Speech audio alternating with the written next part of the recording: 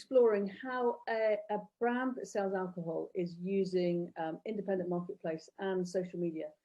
Alcohol can be a tricky thing to sell online, and Jane, who is the e-commerce manager from Near2, is really going to explore how Harry's are doing such an extraordinary job.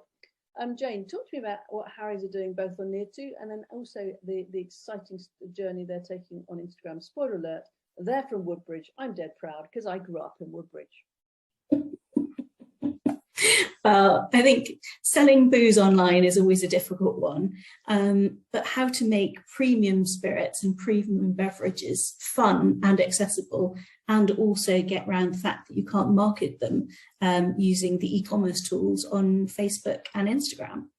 Just why, because they've, for anybody thinking, what are you talking about? Facebook has a no alcohol policy, so you have to be quite, you can use organic content, but you can't, there are some limitations around how you use ads. So please don't think you can't use social media and alcohol, because you can, but you have your hands tied behind your back a lot more than most other brands. Yeah, that's right. So when you have to think about how to market your brand without direct sort of click-throughs. So to get that overall feeling of how wonderful your company is and how fun it is to enjoy their products, companies like Harry's have really built in that farm food fresh feeling. That sort of, you look at their posts on Instagram and you instantly think of the Wurzels and sunlight on orchards and that beautiful smell of apple blossom, and it all comes through straight from their social media. So Jane, right now we're looking at their Near2 listing. Just talk me through what's here, and then should we jump across their Instagram page? Well, on Near2, you get a lovely little sort of insight into the history of the company, their location, their ethos, and then you get some nice product images along with it. So you can instantly look at sort of the type of things they've listed on Near2. They do some fantastic cases of single ciders, and then they also do these pouches, which are sort of the adult equivalent of a juice box, but perfect for picnics. We get 3 litres of cider with a little tap on the side, which makes it quite a fun product. But if I jump over to their Instagram, you can see that the images you're getting are beautiful, sort of fresh from the farm cider images, and it sort of makes you want to go and makes you want to have fun. I mean, just looking at the... What's also great here, James, we've done some work with Ludlow Gin as well, and that, you know, one of the key messages that they say is not only, I mean, they sell out of whiskey in I think 5 minutes when they have their new when they lay down, when the whiskey that's been cast and they release it, they sell out in 5 minutes through social media. But the key is that they don't just sell their product, they sell them. And these guys are doing the same, aren't they? You're buying Harry's, and you're buying into their culture, you're buying into their apples, you're buying into their ethos, and they're storytelling beautifully, aren't they? They are. What do they do on their stories? I'd love to see on the farm. How do they bring the whole piece together? Let me click on it. I think there's just an awful lot of cows still on their farm.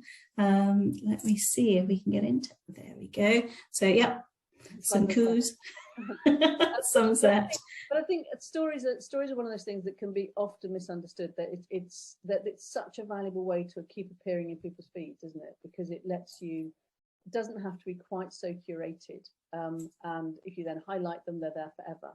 But within 30 seconds, you've understood that Harry's grow their own apples. They're proper farmers.